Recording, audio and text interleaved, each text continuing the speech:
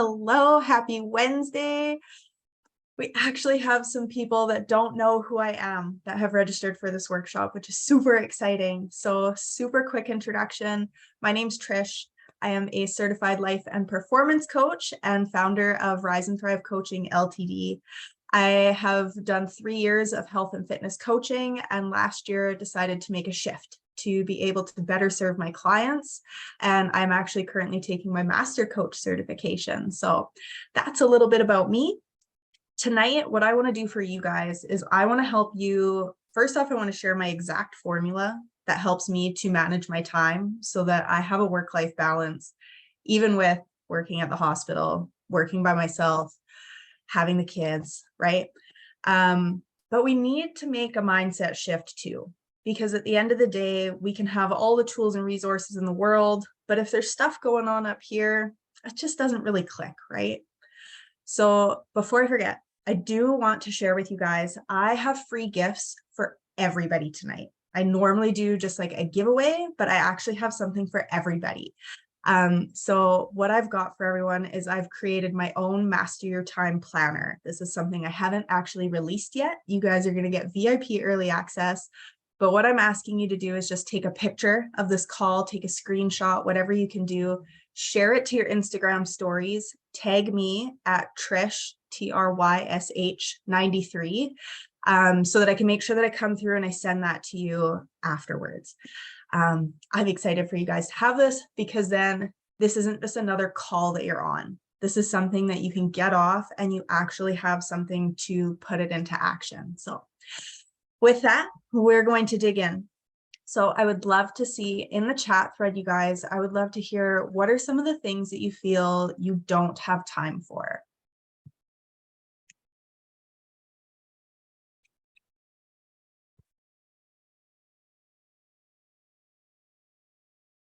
Sleep, myself. If there's more than one, feel free to share too. Sitting down. Kim's already, she's on my wavelength. Meal planning.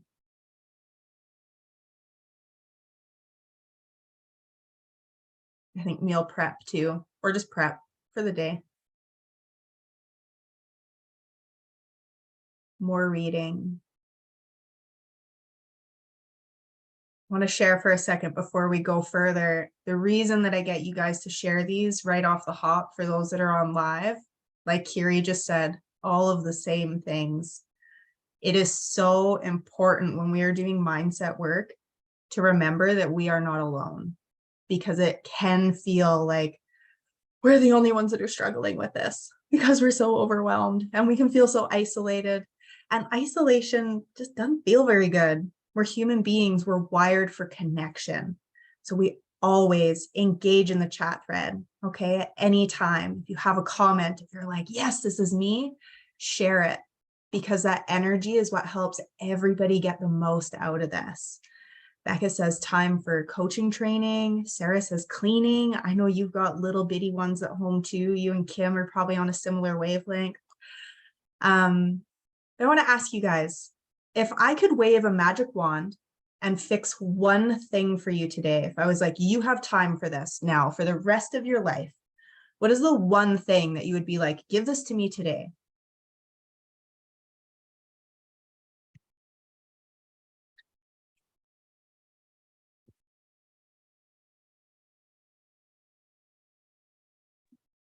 Can you repeat the question? Yes, sorry. If I wave a magic wand and I said, you now have time for this, like one thing, what would you want that one thing to be? Alone time.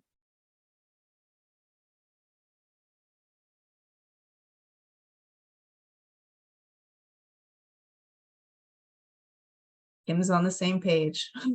Time for my kids, for myself. Yes.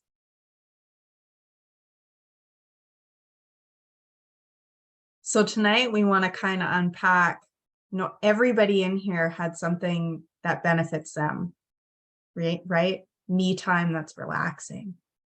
So why don't we have time for that? Why do we not have time for even one thing that we're like, just wave a magic wand and give this to me? And obviously we have kids. This is going to be like outside of our control, right? But we all have the same 24 hours, don't we? That's what we're told on social media all the time. It's like, what are your excuses? We all have 24 hours. And yes, we do all have, I did the math, 1,440 minutes in a day. But if you have kids, it's going to look different than someone that's going to college or doesn't have kids. If you have toddlers, it's going to look different than someone that has school-aged kids. If you're in school for a trade instead of a nursing degree, your schedules are going to look different. If you have a husband that works away or a husband that's home, your 24 hours looks very different. And I don't know about you guys, but this whole statement, this whole mantra is a myth, because I'm pretty sure that Beyonce's 24 hours is not the same as mine, because she has a personal chef, hairstylist, trainer, pretty sure she has a maid and a nanny. Like, we're not on level playing field here, right? We feel that we don't have time for these things because the to-do list never ends. And even if we're not the ones that are actually picking up laundry, getting the groceries, booking the appointments, registering the kids for hockey, buying the school supplies, packing the lunches, like, we're the ones that are mentally tasked with delegating. Like, if I had to take a guess, everybody on this call is the one that, like, the weight of the house is on your shoulders. That's probably why you feel like you need to master your time. And on top of having to delegate, we still have that like mental capacity wondering if it got done, because we have to ask 72 times for the dishwasher to get unloaded. And even if you've asked your husband to pick the kids up from daycare today, you have to text him 22 times throughout the day so that he doesn't like blow past it and go straight home anyways. Or like Dan was going to do the other day, go to golf. It's like, I have to go to work. What do you mean you're planning on golfing? Right? It's on us. And it's just taking up so much of our time in a day. We have everything stacked against us. But on top of that, we have external opinions around how we should be getting things done, right? Whether it's our moms, our mother-in-law, our friend that is nailing motherhood, or like Susie Q down the street, or social media influencers. Everybody has this advice, right? You should just be at the top of your to-do list. The dishes can wait. Don't you know that you need to come first? Why don't you just try waking up at 5 a.m.? People are just like throwing these blanket statements at us, and they don't realize that it's not actually going to fix our own deep-rooted problem. And I want you guys to kind of come for a drive with me here for a second. And the pun is intended. But imagine that you're driving to work and the fuel light comes on. You see that you have 200 kilometers to empty. And you get to the end of your day and you've just had a long day at work. The weather's kind of like, nah, it's windy, it's rainy. I don't want to stand at the pump. Fill it up tomorrow because I still have time. And then tomorrow comes. And tomorrow it's like, work just sucks. We had a full super moon this week. If you work in healthcare, you know what I mean. We are short staffed. The computer systems are down. Somebody spills coffee on you in the lunchroom. Like, it's just like one of those days. The last thing you want to do is go people. The last thing you want to do is go deal with more computers. And at the end of the day, you just want to get home, cook dinner, feed the kids, get them to bed, feed yourself, watch some Netflix, and get to bed. And it can still wait, right? The next morning you wake up and you tell yourself, I have to fill up the car today. I have to make sure that this happens. And you're confident that it's going to get done because you're just like, all day, you're like, I'm going to do this. I know I'm going to do it today. But you sit down on your lunch break and you check your bank account and you're like, I don't have enough to fill the tank all the way. And like, we're trying to get away from using the Visa. If I can't fill the tank the whole way, like, what's the point? Tomorrow's payday, I'll wait. So we wait. And the next day's payday. And we wake up and the kids, full moon, kids are in a mood. Nobody's got clean socks. There's no milk for cereal. The Tupperware drawer is just an avalanche all of a sudden. Like, you're frazzled. and you're just trying to get out the door and everybody's just like rushing, and you get in the car and the fuel light comes on and you don't have enough fuel to get all the way to work today. And you're like, I knew it. I knew that this was going to happen. I knew on day 1 that I should have filled up. I knew on day 2 that I should have filled up. I knew on day 3. And you're so frustrated at yourself, and the kids are fighting in the back, and you snap at them. And we know it's not their fault, but it just happens, doesn't it? Because we get so caught up in all of these things that take us away from what we know is going to fill up our tank, that we end up hitting empty. And I'm sure that you guys have heard this analogy 100 times, right? Fill up your cup first, fill up the tank, whatever it is. But at the end of the day, the problem isn't actually that your cup is empty. If I have to be honest with you guys, I've been doing a lot of one-on-one coaching. And at the end of the day, the problem is never actually that somebody is tired. It's that they're blaming themselves. I did this. I knew better. I know what I need to do. Why aren't I just doing it? And I am all for taking ownership. All for it. If we can see that we're the problem, we can see that we're the solution. And that's a beautiful place to be. But it doesn't serve us if it comes from this place of frustration, of feeling like a failure, right? If we don't understand why this problem exists, we just continue to place blame on ourselves. And on top of feeling strapped for time, on top of feeling like my cup is empty, we also feel like a failure. We start swimming around in this pool of guilt, teetering on the edge of burnout. And I know it sounds a bit extreme, but I think that there's at least one person on this call that feels this. That the problem is never actually that we hit snooze. It's not actually that we didn't start on Monday. Problem is what we make it mean about us. So what I want to help you guys do tonight is I want to help you kind of unpack, because there's some psychology behind it, right? So if we don't fill up the car, and we knew that the car needed to be filled up, but we make it mean that like we knew better, we're failing. Some of us can spiral real quick and be like, I'm a bad mom, like I'm a bad wife, not holding up my end of the house, I'm not contributing, like all of these things. Everybody's gonna have a different story from this one single fact. Because the fact is the fuel light's on in the car. It's a neutral statement. That means something different to everybody. Some people intentionally drive their car until that fuel light goes on, right? But some of us hit it. And if you're maybe already at your brick wall, something like the fuel light coming on can be just like, boom, that's too much. And from it, we feel frustrated. We feel overwhelmed. We maybe feel guilty. And then we start to take actions that prove that whatever that story was that was like, you're not doing good enough, that manifests, right? What if I do both? We've got some work to do, Kim. So what I want to help you guys kind of see is there's two kind of patterns that we can follow. We can say, I still have time, right? First day that the fuel light comes on, we're like, I have time. You're like, I have 3 weeks to write this essay. I have time because I've got a year of maternity leave, right? And that's fine if we are mid-task, stressed out, like, oh my God, how am I going to get this done? It helps to say, you still have some time. But if we're like, I don't really want to get out of bed this morning. I don't really want to start the essay. I don't really want to go to the gas station. Because I still have time, that can actually be what we call a head voice.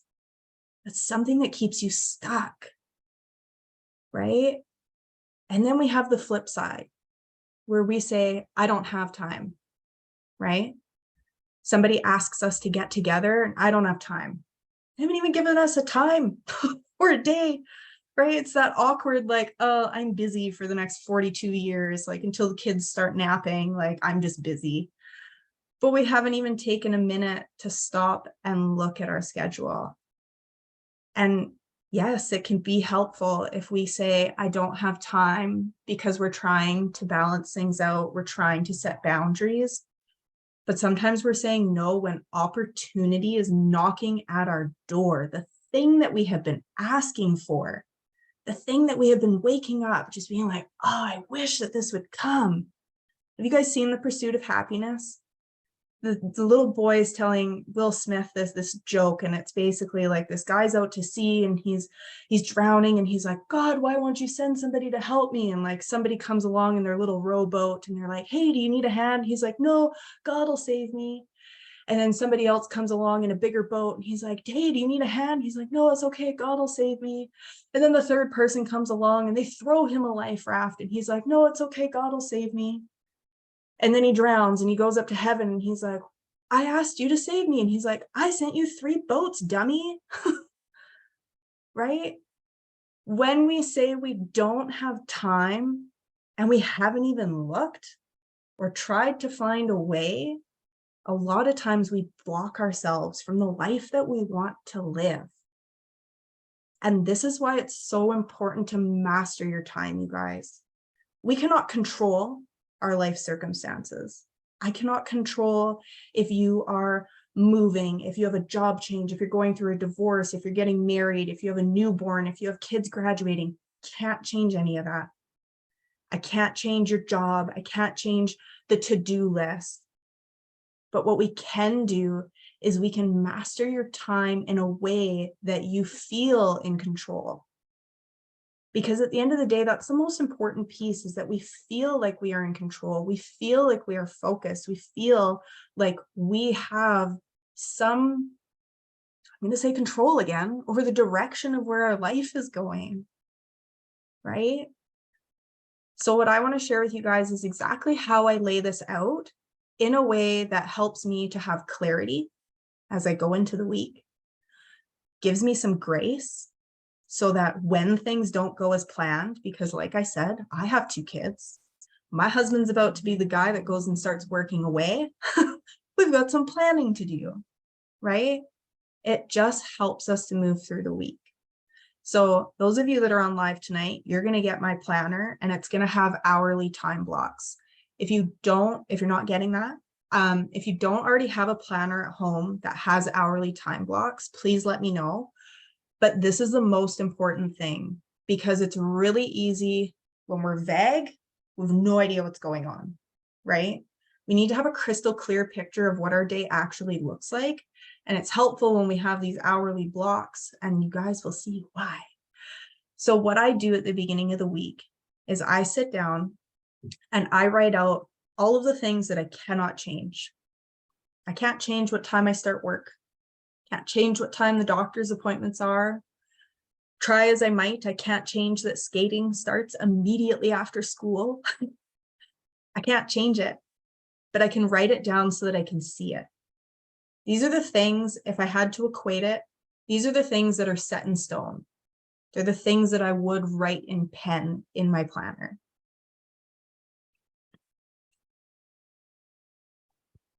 And then step number 2 is writing out the things that have to get done.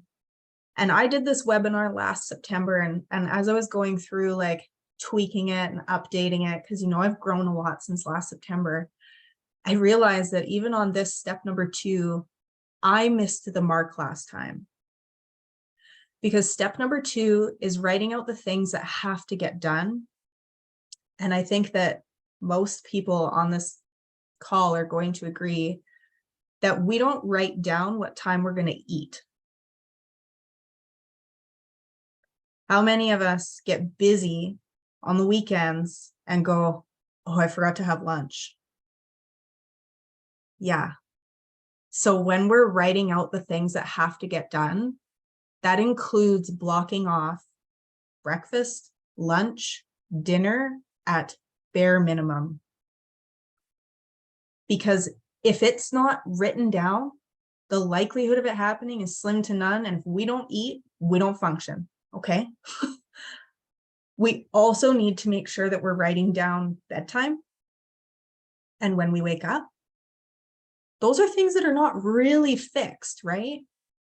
You just need to know when you're doing it. Because if we know when we're doing it, we have direction. This will also include the other important things that are on your to-do list, right? If you need to go renew insurance, the thing on my list right now is getting passport photos done for the kids, because I can't say, let's go to Disneyland and then not have passports for the kids because I'm blocking my own vision, right? Booking the dentist, like write that stuff in, because now it's not up here. Now you just know that in the morning you can wake up and you can see, oh yeah, I need to do that today. Instead of all week going, I need to book the dentist appointments. I need to book the dentist appointments. Oh, did I get the passport photos done? Or did I only think about doing it? Right? We need to write them in. Step number 3 is to write out the things that matter to you. This is things like movement, right? Does that look like going to a yoga class? What time is it at? Schedule it in. Instead of saying, I would love to check out the hot yoga studio in town, check out what their times are, check out your times in your planner and see if you can even go, right? And if not, find a different studio, find a virtual class, do what you can. Call a friend, actually write it in your calendar, right? How many times are we like, oh, I haven't talked to this person in forever, I need to reach out. But the days go on and the days go on. And before we know it, it's been 7 years and we haven't spoken to our high school best friend, right? That date night that you keep saying that you want to have with your significant other, schedule it in. If we can see that it's on the planner, it's way more likely to happen. And then the 4th thing that I want you guys to do when you sit down to plan out your week, there's going to be some blank spaces in there somewhere, even if it's only 1 or 2, because some people do have insanely busy schedules. And to you, I hope that number 3 has quite a few things that are just for you, but leave those blank spaces blank. And this serves 2 purposes. Number 1, when something happens and you can't go do the passport photos. Now, when you say, I'm going to do it later, you know when later is. We need specificity to stay focused, to stay on the right track, to stay disciplined without it consuming our brains. But it also lets us see that we do have some downtime. And if you don't, I challenge you to sit down and look at your week. What can you release? What can you move? Where are you holding unrealistic expectations of yourself? Right? Sometimes it can be easier for us to continue to push through a busy week if we can visually see, I actually have nothing scheduled for Friday night, right? We know that that break is coming. But if we don't know that break is coming, that's when we fall into the trap of saying, I just need life to slow down. Like, when am I going to get some time to breathe? I need some downtime, right? So highlight when it is. One of the things that I do want to touch on is that sometimes I can walk you through all this. We can fix your time and I can help you fix step number 1 and step number 2, the things that have to get done, the things you cannot change. But some people have gone so long without doing things for themselves that they don't even know where to start on number 3. And I think that this is so important, is to recognize that if you go to a buffet and you feel so hungry that you can eat a horse, it's really hard to decide what you want to eat, right? You've gone so long being consumed by all of the responsibility, all of the things to do. Your head voice has been so loud, you can't even hear your heart trying to tell you what you truly want, need, and desire. So it's really important to have somebody that can actually help you to find that, to actually help you find, what do you want? not your picky kids that don't like eating the food that you want to be eating, not your significant other that doesn't want to start walking around the block with you after dinner. Like, what do you want? Right? And I know that, like, it's probably easy if you're watching this to be like, well, yeah, it's easy for you. But it wasn't always. I can speak to this so passionately because this was me. I was never a priority. I was the first one to go to the back burner because I was the last one to complain about me going to the back burner. Nobody knows that I didn't get to do whatever if I didn't tell anybody that I didn't want to do it, right? If everybody else eats lunch, nobody notices if mom tidied up the kitchen instead of sitting down to eat with everybody, right? I would push through the week thinking if I just hustle Monday to Friday, by the time we get to the weekend, we'll have 2 days off together. And that never happened. I would burn out. I would hit Friday night. I'd be passed out on the couch. And Saturday, I would normally need to like sleep half the day away. And then I'd be grumpy that I slept half the day away. And then Sunday, we were normally catching up on chores thinking, oh, this will make this week better. But the problem was that I was never creating a routine for myself that actually worked. Like, I never found the thing that would actually help me move forward until I started building a foundation with my counselor. And my counselor helped me to sit down and break it down. Like, we're human beings. Your moms, your coworkers, your wives, your sisters, you're your own human being with basic human needs that are going unmet, right? We need that. And we need somebody in our corner that actually cares that we're getting it. Because not everybody is even aware that they're missing their own basic human needs, right? So I know that it can feel like, okay, I've done this call. I feel really good. I feel inspired. I'm ready to like crush next week. But at the end of the day, a lot of us miss that accountability, right? Because I can get on here and I can share this formula with you guys and you can leave and you can try to implement it. But then what happens when, oh, but then this happened and then that happened and then this and that and that and that and that. And it can be really difficult to actually stay true to our course, right? So this is a huge part of why I've actually started doing more one-on-one coaching than group coaching, because it's fine for me to come on and share my experience. And I'm sure everybody on here feels great. Like, I'm hoping based on your facial expressions in the chat thread and whatever, like that I helped you tonight. And I do believe that I can help people in a group setting. But at the end of the day, to build an actual foundation for you to build like the vision of your life on, you need somebody that's going to sit down with you, because this is a blueprint. This is me saying, this is what you can create. But if you don't know how to build it, if you don't know where to start, it's hard, right? It can take this vision life and make it feel like it's just not going to happen for you. I just don't have time. There's not enough time. I need life to slow down, right? So if it's okay, I want to share with you guys a little bit about what I do when I work with people one-on-one. Because especially as shifting to the life and performance coaching, it is like people aren't really totally sure what it is. But what I do is I help you build that foundation. So we sit down and we lay the groundwork for where you are. And we sit down and we talk about where you want to go. And the cool thing is that you're going to tell me probably the same thing you tell your significant other, same thing you tell your friend, but I know that's not what you actually want, because your head's trying to keep you safe. And we get to break that down further. We get to find what actually excites you, what actually motivates you, because those of you that are feeling like you're not motivated to move towards this next goal is because somebody hasn't helped you get into here. So we do that. We start to build that foundation, but along the way, I'm teaching you how to do this for yourself, teaching you how to coach yourself, where you can catch those like little limiting beliefs, right? What are the hurdles that are keeping me stuck? Like, why do I always get on track and then I fall off, but I don't know why I fall off.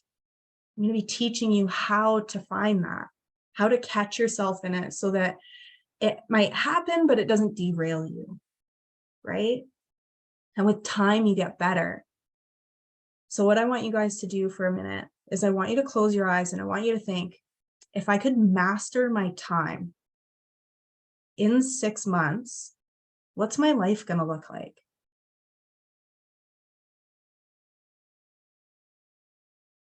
And I like to get specific with this. And you ladies that are on here live tonight, you'll see this in the planner. But where are you living? What kind of foods are you eating? What kind of clothes are you wearing? What time are you waking up in the morning? What does your day look like? It can be really easy to look 6 months out and be like, man, it feels so happy and free. That's just not getting you out of, I went so long in this workshop without cursing. That's not going to get you out of bed in the morning, right? But when you can very clearly see that this is my reality, we want to work towards that, right? And then I want you to take a minute and I want you to imagine 6 months out if nothing changes. I believe 6 months is the beginning of February. So entering cabin fever.